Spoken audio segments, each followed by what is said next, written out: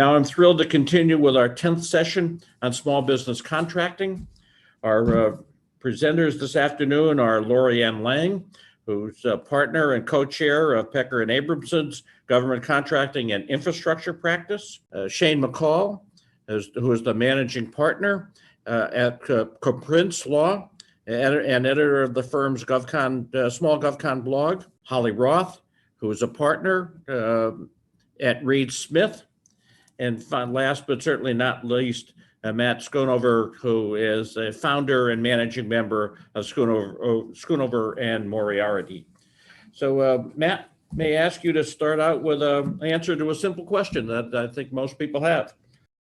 Certainly. What's a small business?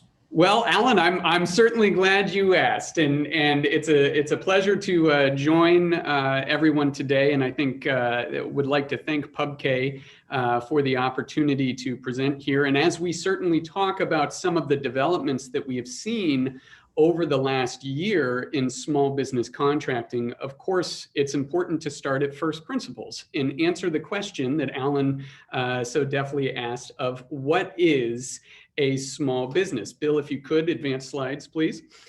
And, at a basic level, the question of whether a business is small seems simple enough. But as those of us that work with small businesses can attest, sometimes the answer is anything but. Now, the SBA, when they determine what is a small business for purposes of federal government contracting, the definition is itself fairly straightforward. And that is a business whose size falls under the size standard for the operative NAICS code. And when we talk about socioeconomic eligibility, that is eligibility for the 8A program, the SDVOSB, the Women-Owned Small Business Program, or the Hub Zone program, we're talking about the company's primary NAICS code, whether they're a small business under their primary NAICS code. But then when we talk about contractual eligibility, that question is different. To be a small business or to be an eligible small business under a particular solicitation, the company's size has to fall under the solicitation's NAICS code. That is the NAICS code that the contracting officer assigns to the solicitation.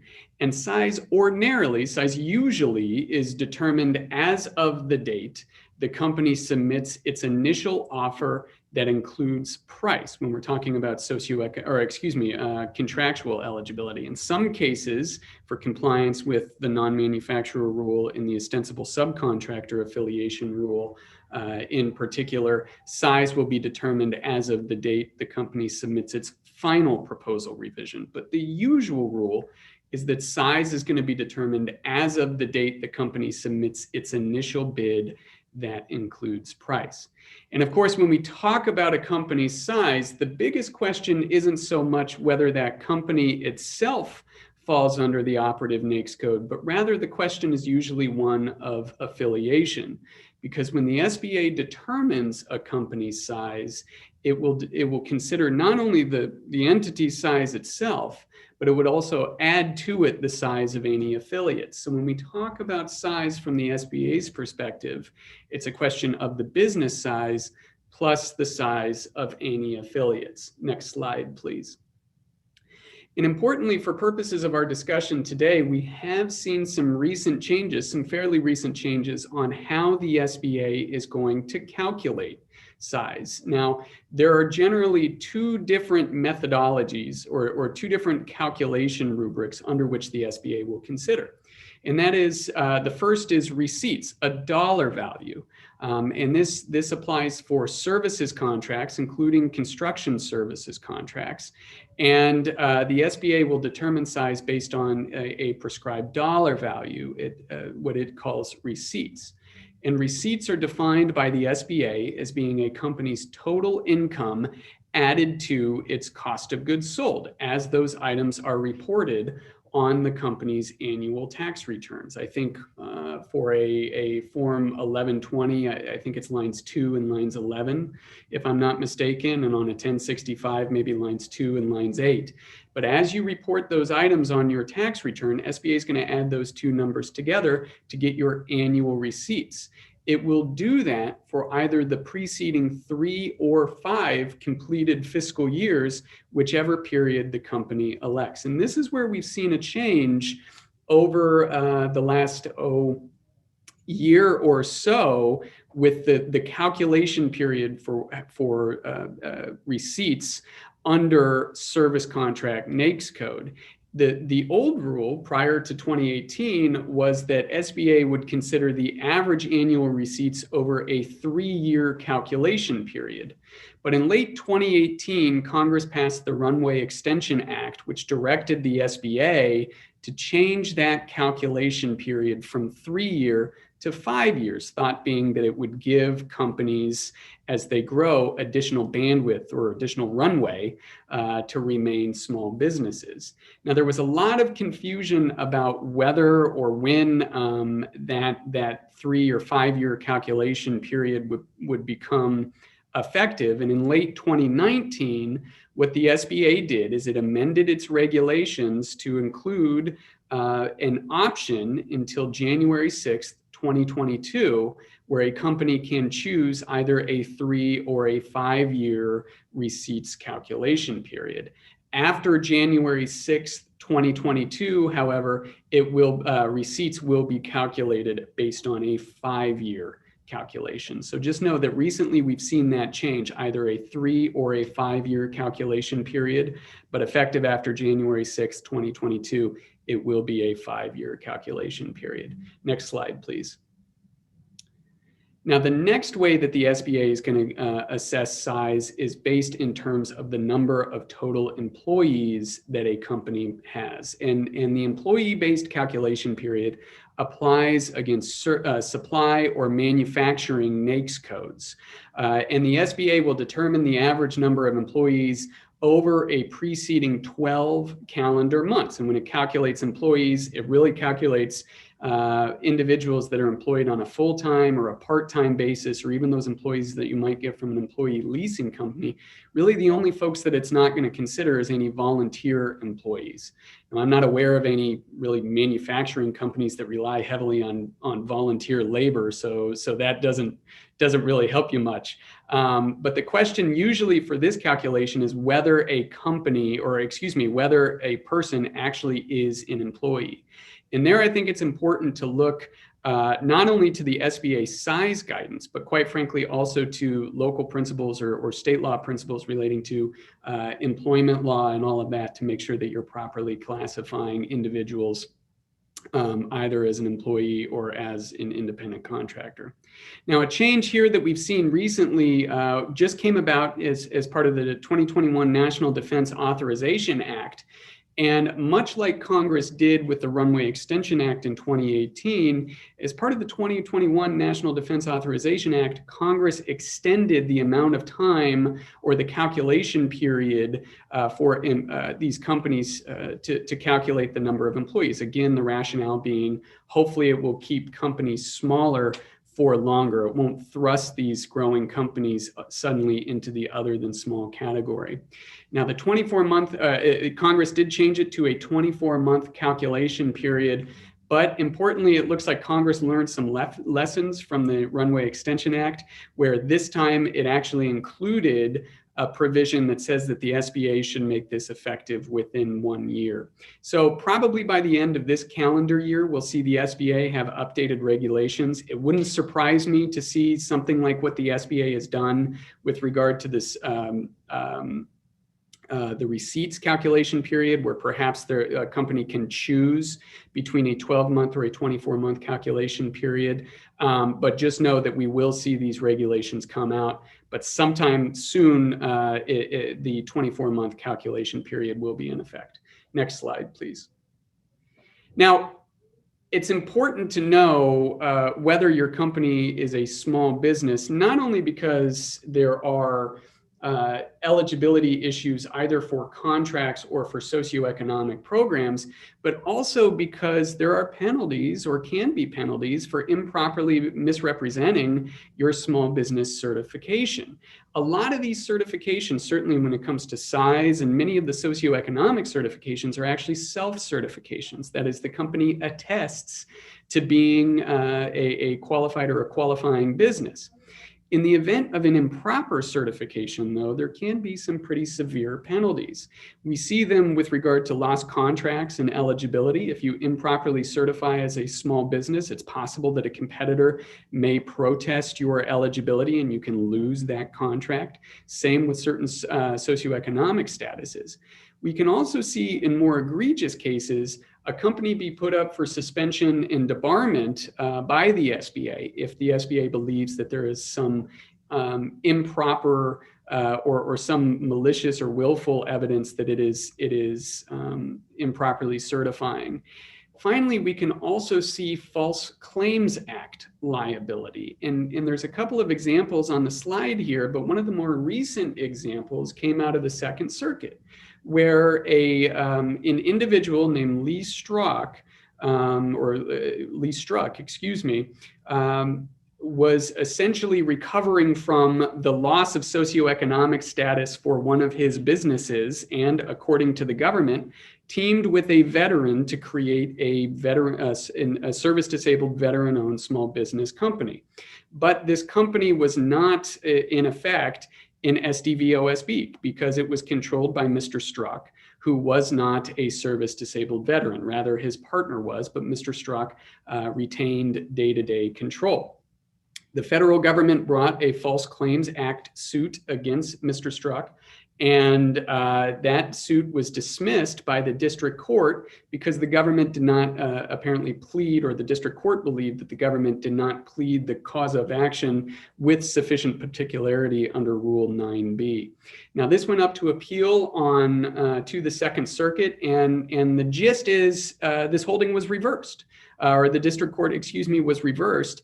And the Second Circuit found that an improper SDVOSB certification can be grounds for, or it can constitute a material misrepresentation for purposes of False Claims Act. And there was a pretty lengthy discussion in the opinion about the effect of the Supreme Court's 2016 Escobar decision. But the gist, again, is that a misrepresentation of size or socioeconomic status certainly can be material for purposes of the False Claims Act. And so I think it's important, not only from a contractual and a socioeconomic program eligibility standpoint, to know whether your business is actually small, but also from a liability standpoint, because we are seeing the government be fairly aggressive, I think, in going after individuals that it thinks might have improperly certified.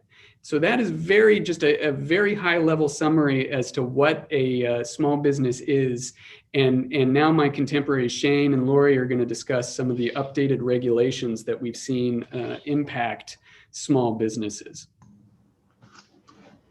Thank you very much, Matt. That was some wonderful information. And I'll say that there's been kind of a flurry of regulations coming out of the SBA in 2020, and then only recently in the NDAA, we saw some additional changes to some of these small business programs. So on the one hand, we kind of see the SBA simplifying some of its rules or eliminating some duplications in terms of things like the mentor protege program. On the other hand, we see Congress asking SBA to get rid of some self-certifications, like in the WOSB program, the Women-Owned Small Business Program, and in the Service Disabled Veteran-Owned Small Business Program. So overall, we're seeing over the next few years that some of these abilities to self-certify are going to be eliminated. But I'll try to briefly go through some of the biggest changes that came out of some of the SBA regulations, along with my colleague, Lori. So some important changes in the 8A program. One of those is that joint venture agreement approval has been eliminated except for sole source 8A awards. So it's going to be a little easier to go through the process and bid on a 8A set aside, a competitive 8A set aside as part of a joint venture.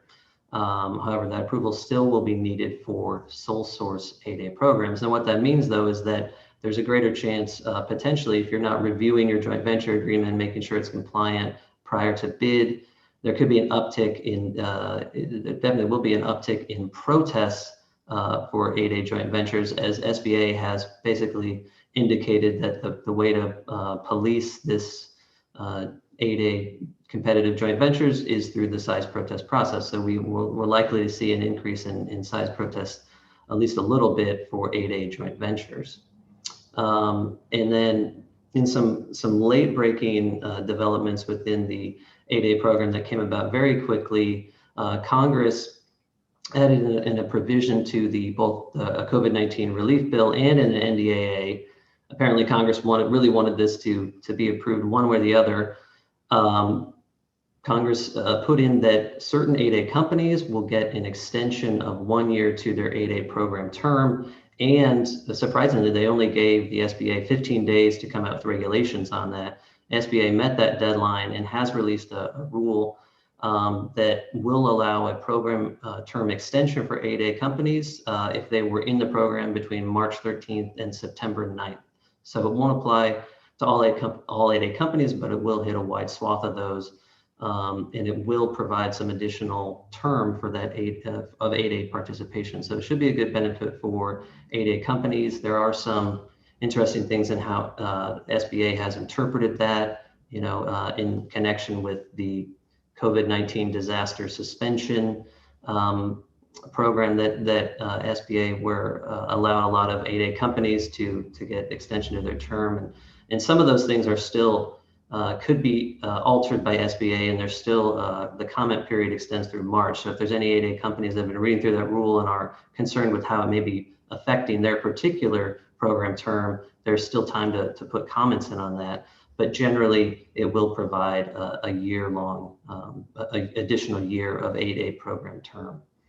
One other important development in the 8A program is that the initial eligibility thresholds for economic disadvantage have increased, basically making what had been the continuing eligibility standard the same for incoming eligibility. For instance, there on the slide, net worth is going from 250,000 to 750,000, and the income threshold is also going up. So it's going to make it a little bit easier to get into the 8A program from an economic disadvantage standpoint. There could be more companies getting into the 8A program. And what we didn't see is a corresponding increase in the continuing eligibility for 8A companies. So that could be something that you'd have to take a close look at if you're going into the 8A program. You can meet the initial standards, but you're going to have to stay under those for the entirety of the 8A term. For now, maybe SBA will come out with a new regulation that increases that, but we haven't seen any proposed rule on that. So definitely something to take a look at if you're in the 8A program or considering applying. And then we'll go to the next slide. So one of the big rules that SBA came out with in 2020 was the mentor-protege consolidation, which included a number of different changes to joint venture rules, mentor-protege, and other things as well. And I'll mention a few of the highlights here. Of course, as the name suggests, it consolidated the 8A mentor-protege program. And basically, what it did was eliminate the separate 8A mentor-protege program and folded that into the all-small mentor-protege program. So there's no longer the sort of duplication or parallel paths for two companies to become mentor and protege. There is now only the all-small mentor-protege program. And SBA indicated in their commentary in the Federal Register that from their point of view, the process would be pretty automatic and pretty seamless. And I hope that's been the experience for companies that were in the 8A mentor-protege program and then are moving over to the all-small. But going forward, it's just going to be all-small. And it's really even a truer name now than it used to be. And that's the only choice you have. There was a small proposed rule that might have eliminated the ability of large mentors with over $100 million in revenue to be mentors, would have put a cap on that. SBA noted that was the single thing that got the most comments of anything in their proposed rule. So They did not go with that proposed rule. Any size mentor can still continue to be a mentor, just as it was before, looking at their capability and their ability to mentor a protege. So that rule did not come to pass, but it was interesting. It got the most comments of anything. Another interesting thing to take note of that came out of this mentor-protege consolidation is the requirement to recertify. Basically, if you have an IDIQ that was set aside for small business, and then there is a task order under that IDIQ that is set aside for instance, a service disabled veteran or small business company, if you're going to bid on that task order, that company has to recertify at that time.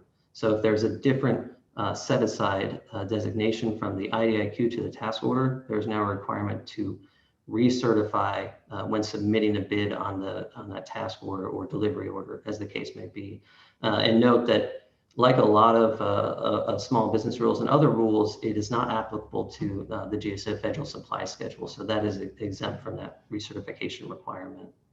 And we'll go next slide.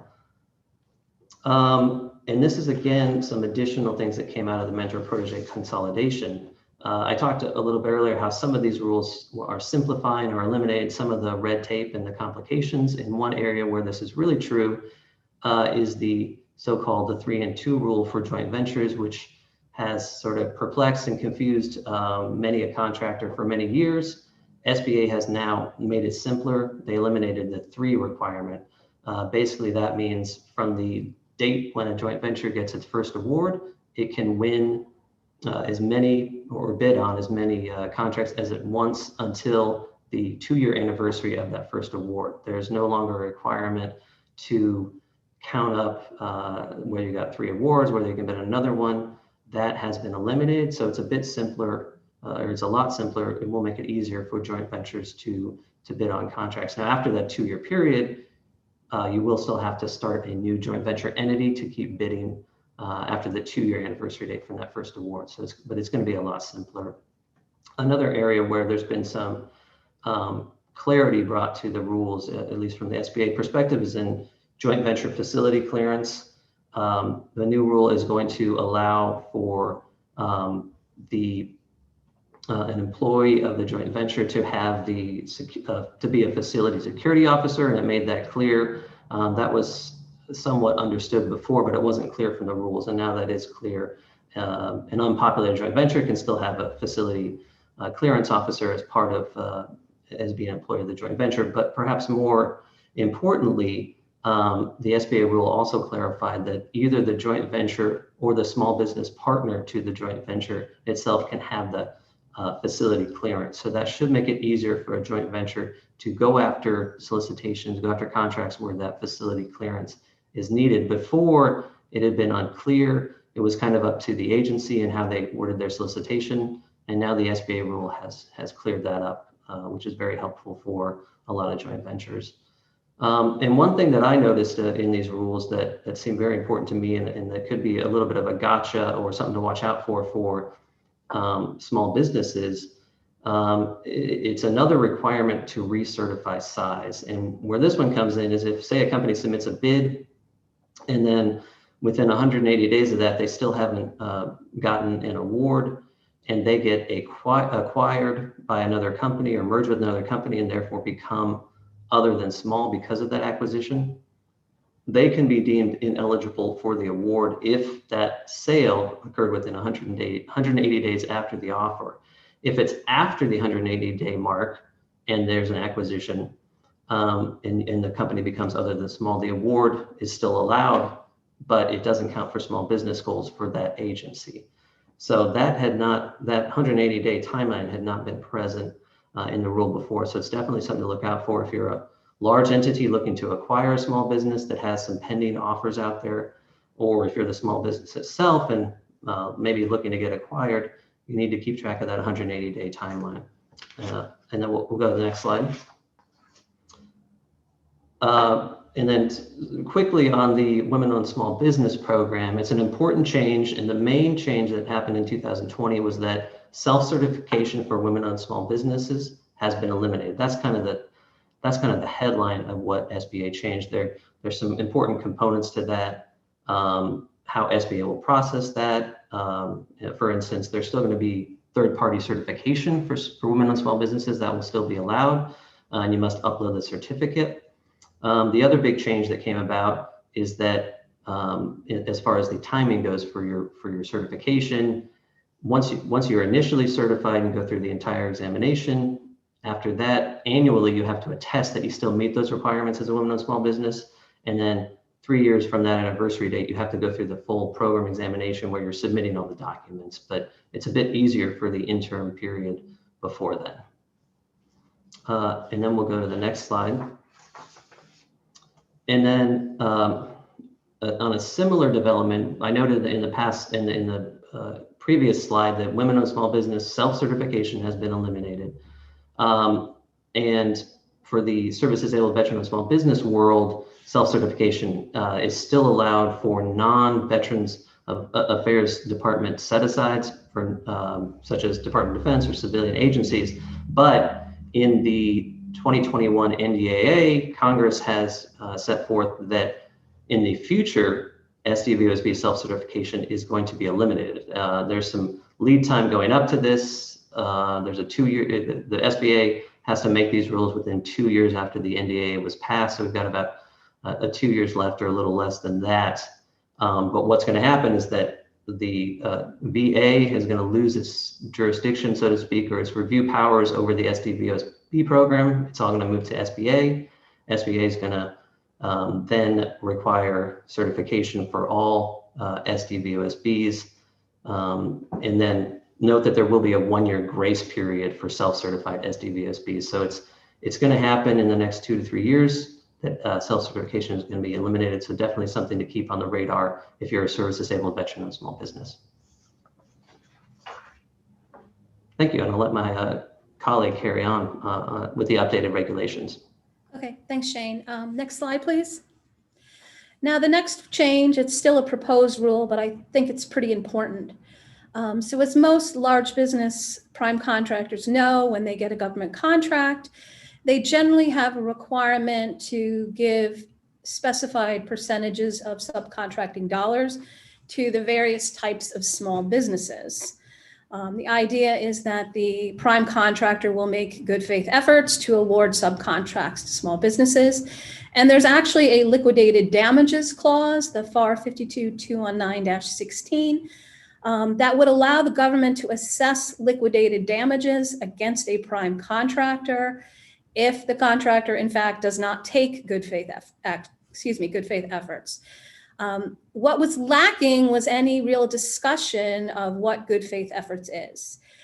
So in June of 2020, SBA issued a proposed rule that would give more clarity of what is good faith efforts and what contractors are expected to do. This is a result of Section 1821 of the 2017 NDAA. So it's been law for quite a while, but we haven't seen regulations till just recently. And what the proposed rule would do was amend the FAR to add, discussion of what's good faith effort. One of the key things is the proposed rule says, even if the contractor doesn't meet its specified goals, that doesn't mean that the prime didn't make good faith efforts. So if you as the prime contractor fall short on your goals, it doesn't mean that you didn't make good faith efforts. Instead, the contracting officer is supposed to look at what exactly you did do and how successful you were. So some of the things that contractors are going to be expected to do: break up subcontracts. So if you have a large subcontract and it's too large for small businesses to perform, the expectation is the prime contractor will look to see if there's a way to split that single subcontract into 2 or more. The other thing that contracting officers are going to look at is whether or not the contractor did what it said it was going to do in its plan. So the prime contractors submit small business subcontracting plans laying out the steps they intend to take to locate and award subcontracts to small businesses. So what the contracting officers are now going to be expected to do, assuming this rule is implemented, is go back and look at your plan, look at the contractor's plan, see what steps the contractor said it was going to take, and look to see whether in fact they took those steps. If they didn't, that's a good indication that they didn't make good faith efforts. Other things that the contracting officer can look at is maybe you fell short in one goal, but you exceeded the goal in other categories. So if a contractor fell short, let's say on their hub zone goal, but attained more participation on, let's say it's women-owned small business goal, then that additional participation under the women-owned goal can be used in considering whether there was good faith efforts, despite the fact the contractor didn't meet the hub zone goal. So there's a variety of factors, but the idea is to make sure that prime contractors are living up to their obligations to award subcontracts to small businesses. Next slide. And then the next one, it's a DoD rule, not SBA, but it does impact small businesses. I think most people are familiar. There's a clause, the 52-232-440 clause that's currently in the FAR, which says if a prime contractor gets accelerated payments from the government pays quicker than it has to, then that prime contractor is supposed to go ahead and make accelerated payments to its small business subcontractors.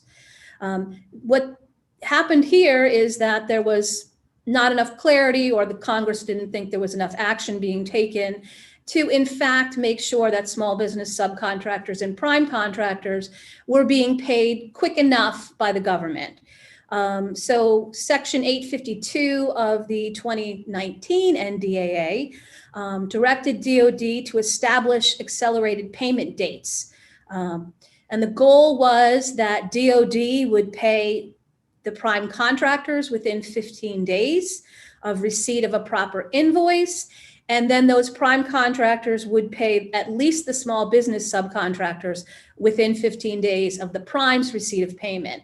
The whole idea was to quicken the payment cycle so that small businesses would receive payment faster. So this rule created a new DFARS clause, DFARS 252-232-7017. And that clause goes ahead and defines what is an accelerated payment. And that's payment as quickly as possible, but no later than 15 days after receipt of payment from the government, or receipt of the invoice if the government's making the payment itself. One of the key things it also does is tells prime contractors that you cannot request or require the small business subcontractor to give you anything, no consideration, no fee in exchange for making an accelerated payment. So some contractors had been paying subcontractors, especially small business subcontractors, more quickly, but they had gotten like reimbursement or charged a fee in order to do so. So under this new DoD clause, that's going to be prohibited. All right, next slide, please. All right, we're going to move out of the regulations, and there were quite a few of them for 2020.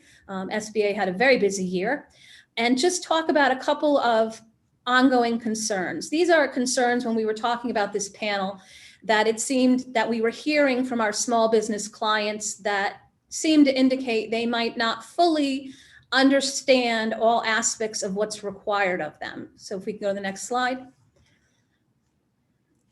And the first one really had to do with limits on subcontracting. So when a small business gets a set-aside contract, it's restricted on how much subcontracts and purchase orders it can award. The expectation is that the small business is going to be performing a substantial portion of the contract itself. So both the FAR in the limitation of subcontracting clause, as well as the SBA regulations, specify how much work a small business prime contractor would have to perform when it has a set-aside contract. And there are limits based on what type of work the prime contractor is performing. If the prime contractor, the small business, is performing services, then at least 50% of the cost of contract performance must be incurred with the small business prime contractors personnel. So their employees should be doing at least 50% of the cost of contract performance. For general construction, the percentage is different. The small business prime contractor has to perform 15% of the cost of the contract, excluding materials, with its own personnel. Once again, the expectation is that small business employees will be out there performing work. So what the contractor has to do is calculate what are the non-material costs of performing the contract, and of those non-material costs, 15% have to be performed by the small business prime contractor. This is a different self-performance requirement than what you traditionally find. FAR 52-236-1 is another clause that is in construction contracts, and it will tell the prime contractor, whether it's a large business or a small business, that it has to perform a certain percentage of the on-site work, not limited to labor, with its own forces. So you have multiple self-performance goals when you have a small business set aside. You're going to have this limitation of subcontracting, as well as the FAR 52-236-1 self-performance requirement. For specialty construction contractors, the percentage increases from 15% to 25%. Otherwise, the calculation is the same. You subtract out the cost of materials from the contract costs. And then of the remaining costs, 25% have to be performed by the specialty construction contractor. Okay, next slide, please. Where it gets a little more complicated has to do with supplies. So if the small business is selling supplies to the government, there's different calculations depending on whether or not the prime contractor is the manufacturer or the processor, or what's known as a non-manufacturer. If the small business prime contractor is the manufacturer or the processor, it has to perform 50% of the cost of manufacturing the supplies, not including the materials, with its forces. If it's a non-manufacturer, so that's someone who doesn't make the product, but usually is someone like a authorized representative or a broker whose line of business it is to sell products, that non-manufacturer has to supply the product of a domestic small business manufacturer. So we're no longer looking at costs of manufacturing. We're looking to see who manufactured the product. And the person that manufactured it also has to be a small business. Now, there is some limited ability to get waivers from this requirement. The type of waiver depends on whether or not it's a multiple item procurement or not. So if it's not a multiple procurement, the government's only buying one item. It might buy multiple amounts of that item, but it's really only buying one item. Then there is really no waiver, and they have to supply a product of a small business.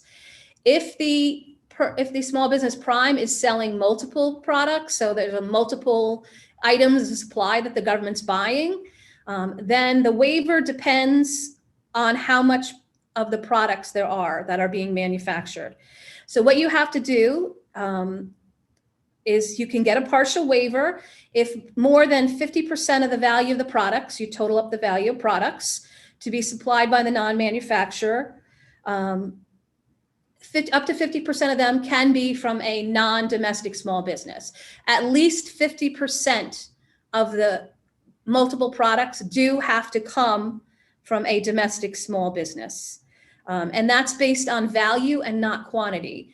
So if you do have a small business that is selling someone else's products to the government, you really want to make sure they understand what they have to supply, that product of another domestic small business. Or you have to request that waiver so they can get out from that requirement. Next slide, please. So that's the main domestic sourcing requirement that people don't think about for that non-manufacturer to supply the products. The second one that we hear, unfortunately, quite often is, I'm a small business, I'm not subject to Buy American. That is not true. The fact that you are a small business does not get you out from Buy American. You have to either supply a Buy American compliant product or indicate in your bid that your product is foreign and be subject to the price evaluation preference. So just because you're small does not mean that you're exempt from compliance.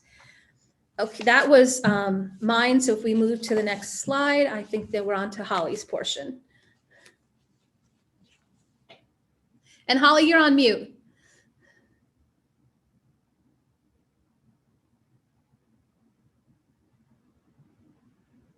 Holly, you need to There we go.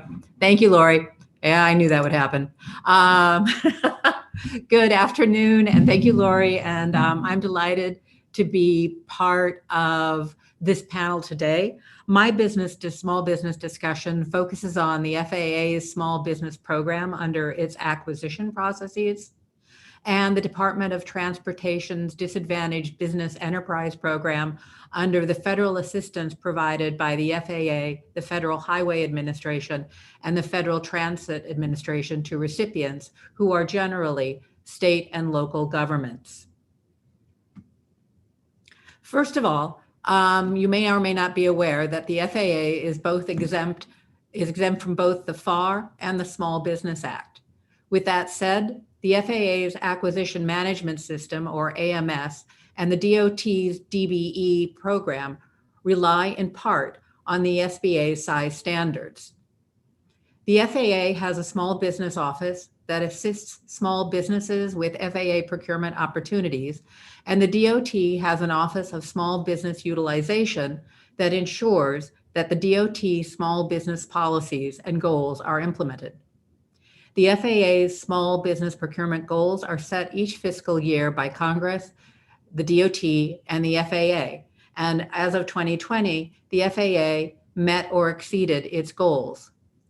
The FAA AMS provides definitions for small business, small disadvantaged business, socially and economically disadvantaged businesses, which is essentially the same as a small business, and service disabled veteran-owned small businesses and women-owned small businesses. Next slide, please. The AMS specifies that a procurement between certain thresholds are automatically set aside for small businesses. They're set aside for small businesses, socially economically disadvantaged businesses, 8A certified, and service disabled veteran-owned small businesses, which must be CVE certified for an award. There are no set-asides for women-owned small businesses or hub-zone businesses. And in fact, the AMS does not even define a hub-zone small business. Any protests regarding whether a business is or is not a small business does not go to SBA's Office of Hearing Appeals. It instead goes to the FAA's Office for Dispute Resolution and Appeals. Of course, subcontracting is encouraged where appropriate, and the FAA contracting officer will set goals in its requests for information for basically its procurement, its solicitations, setting out the goals for prime contractors. The FAA has a mentor-protege program that permits qualifying JVs to be exempt from affiliation under the AMS's policy. This policy does not limit the number of proteges any FAA-approved mentor may have, but advises that the FAA may in fact restrict the number of proteges where the FAA believes this is appropriate. Similarly, the FAA policy does not restrict the number of mentors any protege may have. An interesting advantage of the FAA's mentor-protege program is that the costs incurred by the mentor for developmental assistance to its proteges are allowable under a contract. The FAA's RFPs are called Screening Information Requests. Sorry, I stumbled over that earlier. And they are posted to betasam.gov. Next slide, please. We now turn to the DOT's Disadvantaged Business Enterprise Program for DOT assisted funded projects. Recipients, who are generally state and local governments, of FAA, FHWA, and FTA assistance must comply with the DOT's DBE contracting requirements. Think airports, metropolitan transportation systems, highways, bridges, Amtrak. With the focus on improving infrastructure, we can expect this to continue to be an important business opportunity for DBEs. DOT's DBE program focuses on fairness and growth of qualified disadvantaged business enterprises. Next slide, please. The applicability of DOT's DBE program.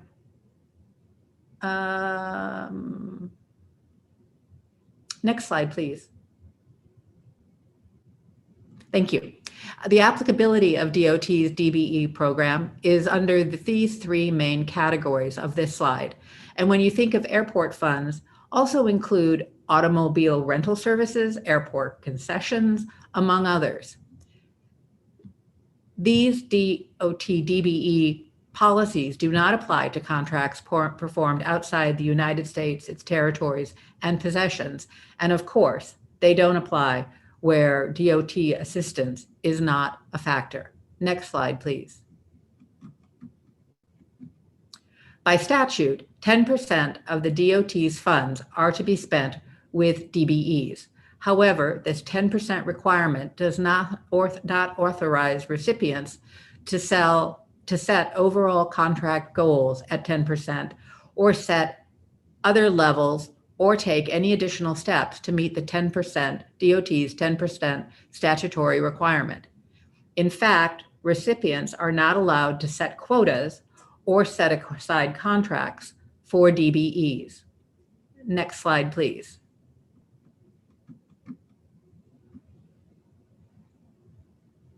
Next slide, please. Recipients generally are obligated to set goals and submit the goals to the applicable awarding DOT administration entity, the FAA, FHWA, and FTA. Recipients may only award a contract to a bidder, offeror who makes good faith efforts to meet the recipient's goals.